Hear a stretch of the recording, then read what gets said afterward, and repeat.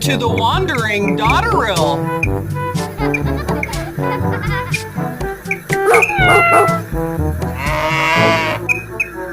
This is not a dream. What I've learned throughout this whole experience is not to be the right fighter if I end up in the company of an aggressor, of an abuser, of a narcissist, of those who are stuck in their own toxic cycles. I can't bring it up because a fight will ensue. They will be right and I will be wrong. I don't know anything, which that's fine by me to let them have their own belief. But I know better. I will not put up with it anymore. I will not let these people in my bubble.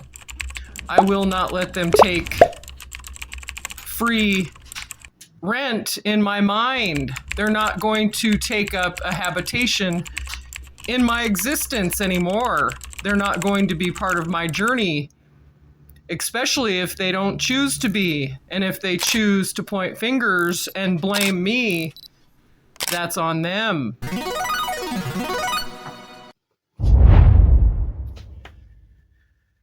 When we see toxic cycles from the eyes of a child, and we remember the things that our parents told us, what are those key words for you? Mine were, you're the boy I never had. You're the little boy I never had. Or stupid is as stupid does. Or you get what you get. And don't throw a fit. And I should have named you Grace because you're so graceful. Then there's the time when one of my own children cried because the individual that was with me punched them directly in the face. What? Huh? And I came uncorked. And I punched them directly in the face for hurting my child. And when the authorities came, my statement was, if you arrest them, you have to arrest me. What? Because I did it too. Huh? And I learned a huge lesson because being a professional and having to have a professional license, I've had to state my case every time I go to renew that professional license. I have to give them accountability for my behavior, which it has to be a written statement of why I did what I did. But I've had the full support of those in authority for completing and approving my professional license. They've said that's what we like to hear, that you stand up for children, that you don't let anyone harm children. And they just don't understand. They don't understand what I've been through, and that I'm an adamant believer in what we give to our children, they will give back to us. We're all somebody's children. We're all sons and daughters. We're all brothers and sisters. And we're all brothers and sisters. We're all sons and daughters. We all deserve respect. The issue surrounding the way I handled the violence toward my own child was the fact that I ended up in jail. Huh? Then the family was separated. My children were scooped up by a family member, which in hindsight, looking at that, I wish it would have never happened that way. Because not only did I put my children at risk, I supported my own negative behavior by fighting back and putting my hands on someone else when I shouldn't have done that because I was instilling violence into everyone around me. Even though I'm a staunch believer that no one should put their hands on a child, and it should have never happened to begin with. But I ended up in front of the judge. And then started crying. And the judge said, "Why are you doing that?" And I said, "Well, I did it too." He said, "But you defended your child." And the fact was, yes, I had defended my child, but I put myself in the position to be where I shouldn't have been. I should have been at home with my kids, and I should have been thinking about my children instead of my own pride. This is your host, the Dingy Dotterel.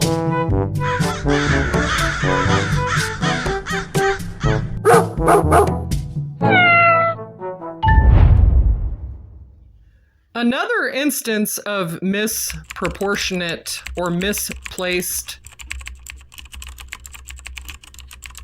imprisonment or jail time for something that should have never happened was the time that no one wanted to take me back when I was a runaway. Not only did I end up in foster care, I ran from the foster care because of being exploited for labor. What? And being hurt.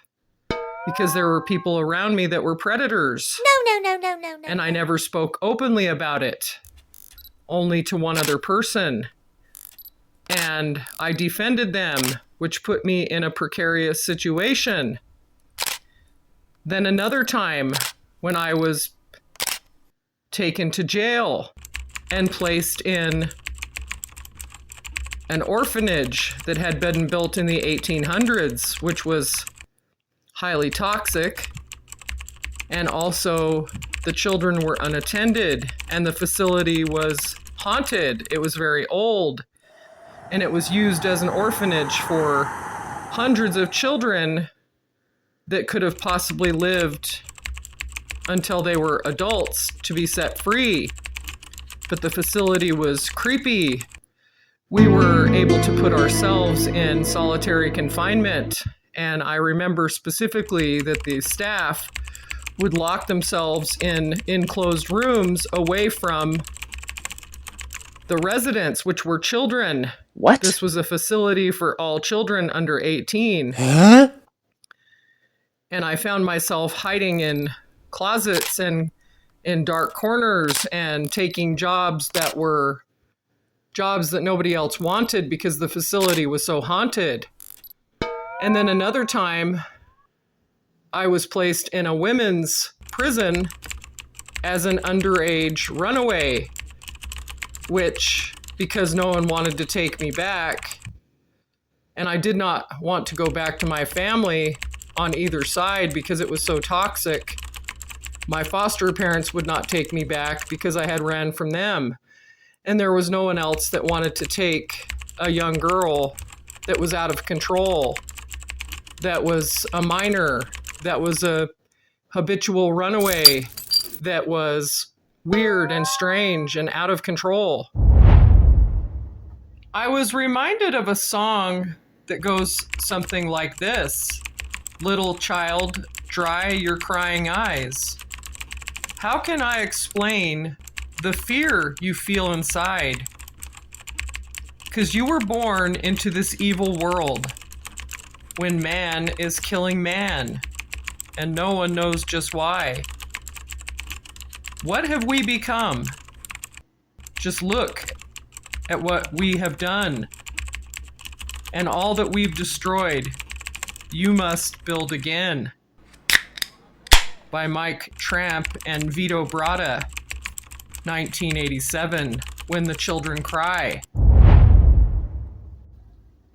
When there are constant cycles of toxic fighting and right fighting, where the cycle keeps repeating itself, how do you stop this? This is what happened to me when I was a kid. That there were more right fighters fighting against each other than those standing up for the children. The issue became me standing up for myself. When my dad was right, and it was time for me to visit my mom, things went his way. When my mom was right and I was being traumatized or predatorized under my mom's care, she was right and I suffered the brunt. What? And then there was me who was trying to reunite my parents through letters and great intent, but I was just a kid. The right fighting ruined my life because one person was wrong, the other one was right. And it was going on the both sides of the family to no avail. And then there was the stonewalling, the mistrust, the horrible, strong emotions that were toxic. There was no connection. And nothing that I said or did gained me love from either side of the relationship. I wasn't even surviving. I was just a kid watching my parents blow up constantly.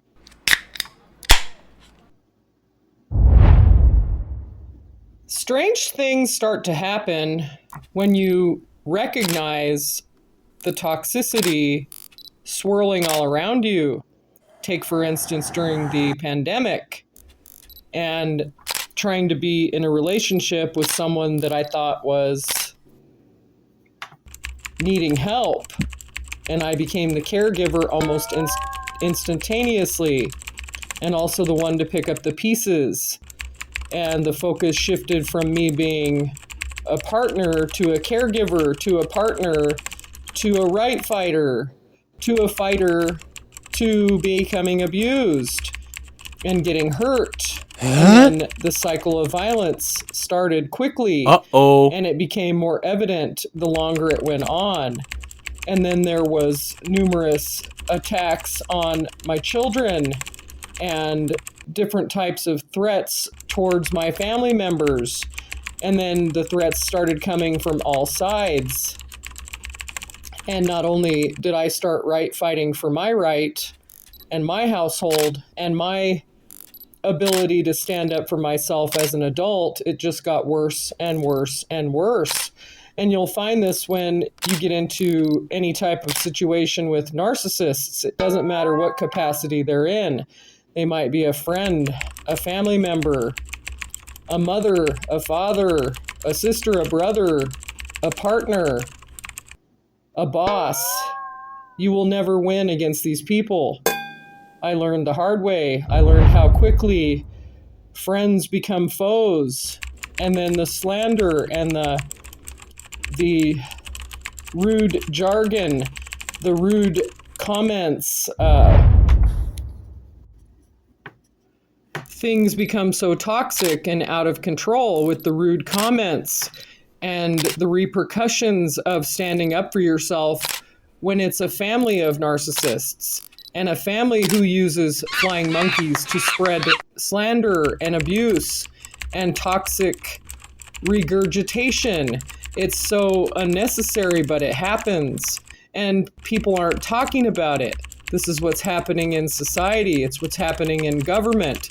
It's what's happening with celebrities. It's what's happening all around us, and we don't know how to combat it.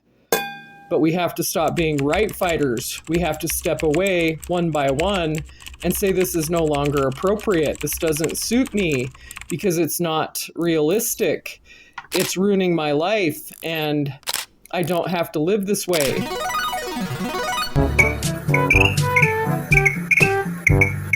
Welcome to the Wandering Dotterill.